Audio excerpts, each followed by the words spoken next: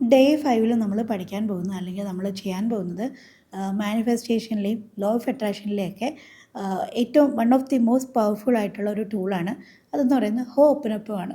ഹോപ്പനപ്പം എന്ന് പറയുന്നത് ഒരു ഹവായിൻ പ്രാക്ടീസാണ്, അവരുടെ ഒരു പ്രാർത്ഥനയാണ്.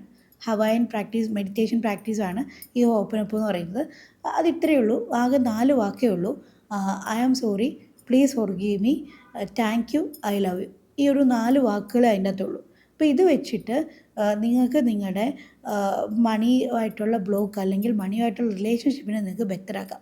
അതായത് ഇപ്പം നിങ്ങൾ എപ്പോഴെങ്കിലും പൈസ ചിന്തിച്ചിട്ടുണ്ടെങ്കിൽ, അല്ലെങ്കിൽ എന്താ പറയുക, നിങ്ങളുടെ ജീവിതത്തിലേക്ക് വന്ന പൈസയ്ക്ക് നിങ്ങളൊരു വാല്യൂ ഇല്ലാതെ കൺസിഡർ ചെയ്തിട്ടുണ്ടെങ്കിൽ, അല്ലെങ്കിൽ ആരെങ്കിലും നിങ്ങൾ പൈസയുടെ പേര് വേദനിപ്പിച്ചിട്ടുണ്ടെങ്കിൽ, അങ്ങനെയൊക്കെ ഉണ്ടെങ്കിൽ നിങ്ങൾക്ക് ഡെഫിനറ്റ്ലി പ്രാക്ടീസ് ചെയ്യാവുന്ന കാര്യമാണ് ഈ ഹോപ്പനപ്പം എന്ന് പറയുന്നത്. ഇത്രയേ ഉള്ളൂ. I am sorry, please forgive me, thank you, I love you. ഈ ഒരു 4 വാചകങ്ങളാണ് നിങ്ങൾ എഴുതേണ്ടത്. അത് നിങ്ങൾക്ക് വേണമെങ്കിൽ ഡീറ്റെയിൽ ആയിട്ടും എഴുതാം. എന്താണ്, ഞാൻ അറിയാതെ ചെയ്തു പോയിട്ടുള്ള അബദ്ധങ്ങൾക്ക്, പണപരമായിട്ടുള്ള അബദ്ധങ്ങൾക്ക് ക്ഷമ ചോദിക്കുന്നു, എന്നോട് മാപ്പ് നൽകുക, പിന്നെ ഞാൻ പണത്തിനെ മാനിക്കുന്നു, ഞാൻ പണത്തിനെ സ്നേഹിക്കുന്നു, നന്ദി. ഇതെന്ന് വെച്ച് കഴിഞ്ഞാൽ നമ്മൾ നമ്മളുടെ ഈഗോയോടാണ് മാപ്പ് പറയുന്നത്, അല്ലാതെ ഈ പറയുന്ന വേറെ ആരോടും അല്ല പറയുന്നത്.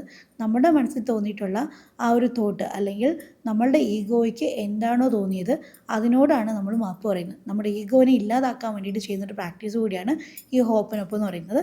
അപ്പോൾ നിങ്ങൾക്ക് ഈ ഹോപ്പനൊപ്പം ഒരു 3 തവണ നിങ്ങളുടെ ജേർണലിങ്ങിൽ എഴുതാവുന്നതാണ്. അതാണ് ഡേ 5 ചലഞ്ച് എന്ന് പറയുന്നത്.